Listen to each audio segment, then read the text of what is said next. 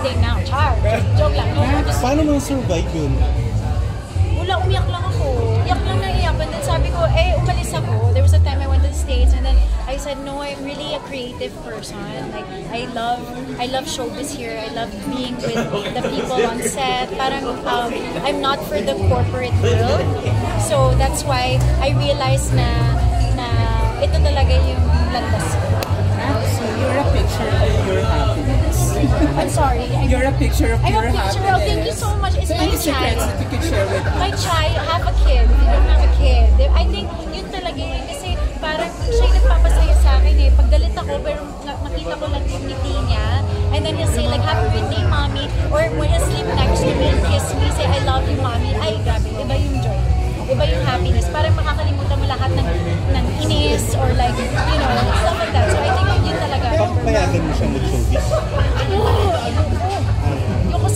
Ayoko sana kasi I don't want him to go through what I went through. Ang hirap when you're starting out. Diba? Tsaka ayoko maging stage mom. Baka mamaya hindi ako makakuha ng trabaho. Sabihin na, you know, I'm so strict of a mom. I don't want that. Pero Max, ano kasi, syempre nung time na hindi ka ba magtagalog, balikan lang natin. Yes. Nabuli ka. Oo, nabully ako. But wala pang social media mo. Pero ngayon kasi syempre uso na naman yung mga bullying sa social media. Yeah. Anong may papayo mo sa mga girls na nakaka-encounter ng bullying? You know, it's so funny. Yung like top of mind now, I saw Julia Fox said something online. She said, just don't care about other people. Like, don't care what other people think. Know yourself, and you know, if you know your truth and you know your worth and God. I mean, she didn't say that all of that, but basically, parang if you don't listen to other people, they cannot hurt you. You know, don't let other people hurt you because they're all going through something. Pero Max, at that time, 14 years old ka, ano nasa isip mo? Oh my gosh, ano nga ba? Parang, bakit ko ito ginagawa? Tapos parang it doesn't make sense. Ba't ako nandito? Ganon. I don't know, like, tiniis ko lang. I think, baka because I needed the money, I don't know. But tiniis ko lang siya.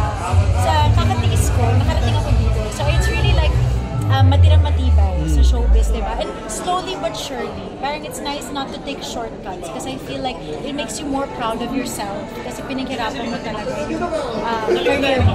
Hanggang ngayon ba nakibuli ka pa?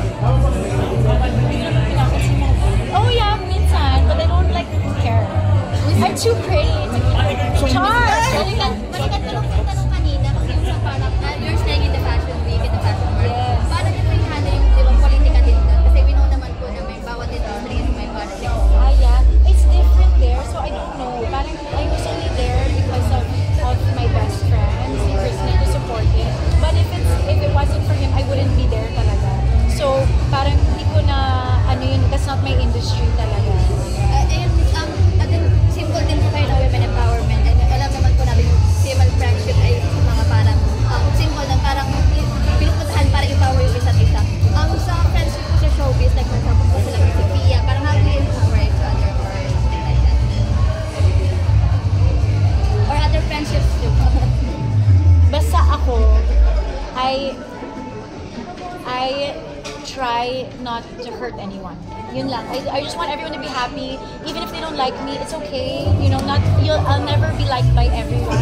Okay lang yan. Basta alam ko that I didn't do anything wrong and I tried my best to be a good person at the end of the day. So yun lang. If I can sleep well at night, then that's like, whatever. You know, don't have time for that. Last question ko. Bilang kasamahan sa industry, anong reaction mo sa nangyari sa anak ni Kim Atienza? My heart breaks. Like, I can't imagine the pain. My heart goes out to him, and he's handling it so well, and their family also. And yeah, it's so devastating. Thank you. Thank you, Yes, of course, sure. Thank you, Wait lang. Yes, sorry. Okay. Yes. Hindi ako umabot eh. What have you learned about dun sa pagkadapa mo na naging trending dun sa Fashion Week? Just laugh at yourself. Don't take yourself too seriously because your mistakes can be trending, you know. Pero what happened to that? Bakit nangyari? Natigas ako kasi yung ice, it was like, and then parang slippery din yung heels ko. So pag-apat ko, gumanon agad. So mahiyang-hiya ako. But okay lang yan kasi naka 15 million views na. Happy tayo dyan. Thank you, Max. Thank you.